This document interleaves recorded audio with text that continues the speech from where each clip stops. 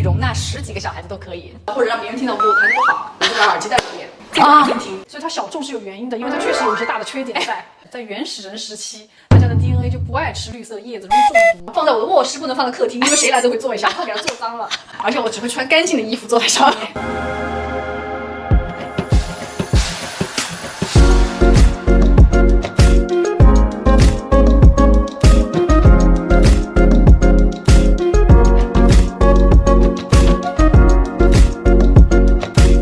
Hello Renee， 嗨，欢迎你来。好了。这个呢，就是我在月子中心交到的好朋友。那我儿子呢，如果发烧啊，他有什么不肯吃蔬菜啊，各种各样的育儿问题，我都是会请教他的。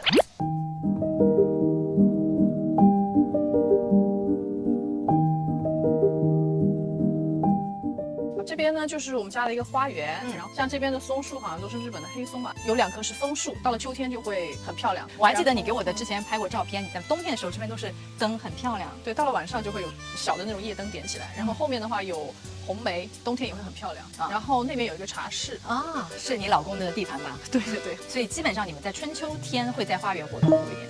对，现在实在是太热了，都在室内玩。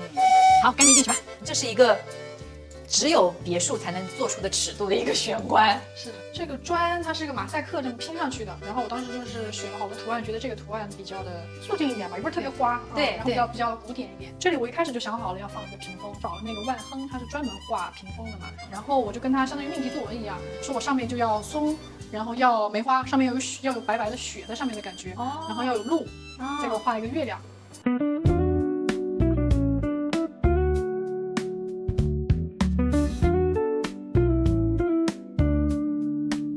我一开始也没想好这房子到底要装什么风格。其实另一设计师他一开始也是跟我说，他说你不用说一定要趋于某一个风格，你就是去网上大量的看图片，其实你存下来的越多，你就越知道自己喜欢什么样的风格。所以最后存下来，他可能发现我还是比较法式会多一点，但也不是那种特别明显的法式吧。其实我很多家具都不是那个某一个特定的风格，我是后来买的时候搭起来觉得好看我就放进去。这2个吊灯我很喜欢，是我自己找的，外网上面找的，就有一种古堡里用的那种烛台。我想要的水晶灯不是很传统的，是有一点点现代的感觉，比较粗犷，包括它这个水晶球，就是里面的这种杂志的感觉啊。这一盏请给我们隆重介绍一下，太好看了。这盏也是我自己在 Pinterest 上找到的，它是一个意大利的牌子，好像是一个手工吹制的那种玻璃的品牌。哎，你的这个墙面的涂料，朋友们，就是让我忍不住磨砂。它是那种很光滑的。好像是实木做的这种木饰面，好像叫什么？对，不太懂。对，木饰面这种专业的东西我其实就不太懂，我喜欢我说漂亮就好了。那怎么去实施，可能更多我老公会交给老公多一点。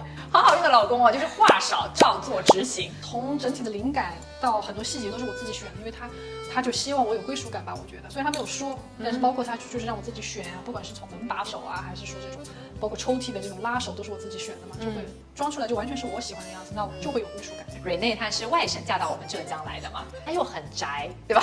天天要在家，她老公就给到她的完全多的自由度，让她这个家充满了她的这个气息。这花瓶也很好看哎。Dipty 的吧，好像是啊，是为了迎接你，插了一整天的花，累死。谢谢，感恩。你的这个石桌我很喜欢，它是一整面的吗？对，它是一整块的冻石，就是我上面贴了一层膜嘛，一开始没贴膜，我们喝红酒，它那个红酒印就这么印下去了。是，然后我用了好多方法，终于给它去除了。所以它小众是有原因的，因为它确实有一些大的缺点在。但它一整面的，它的这个尺度，它这种我觉得是有种厚重感，就压实了这个空间的场景。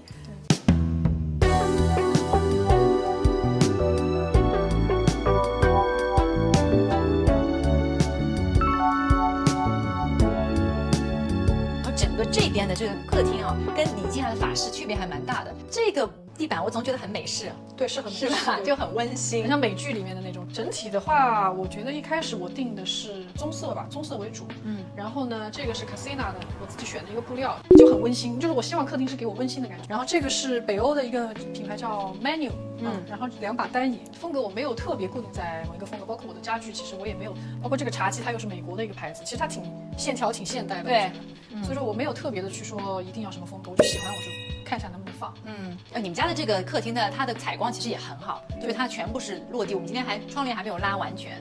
它其实现在这个季节，我觉得就是都是绿色，没什么好看的。秋天的话，这个墙后面刚好上面有一颗日本的枫叶，秋天的话都是变成红色，就特别漂亮。厨房还真的是很别墅的那种厨房，让我想到了美剧。因为我比较喜欢浅色的东西，所以说包括他们做柜子的时候啊，颜色什么的我都会挑，就是比较自然的风格吧。然后这个刚好就望出去这是一棵茶花树，冬天的时候特别漂亮，全是花上面会开的。他比较爱吃什么菜？其实小孩他肯定是爱吃肉多一点吧，对吧？怎么样让他爱吃蔬菜 ，please？其实这个非常难，因为这是刻在 DNA 里面的。在原始人时期，大家的 DNA 就不爱吃绿色叶子，容易中毒。所以说，其实为什么我们大人很多爱吃叶子，不是真的喜欢那个味道，是觉得对身体好。对，那你等他大起来了，他有这个价值观了，他自然他愿意吃，他就会吃。你可以给他吃点那种树脂的粉啊，或者是膳食纤维啊，所以这是有用的，是吗？不是智商税。那要看它的配料表吧，我觉得。你现在如果招月嫂的话，你会有什么需求？我自己其实是有一个表格在的，然后它上面有一些基础的问题，那可能比如说在育儿师上面，我还是最看重的可能是性格嘛。我喜欢两个阿姨的性格都温和一点，那话少一点没关系，那我可以教，对吧？我觉得性格真的是大部分是天生的。对。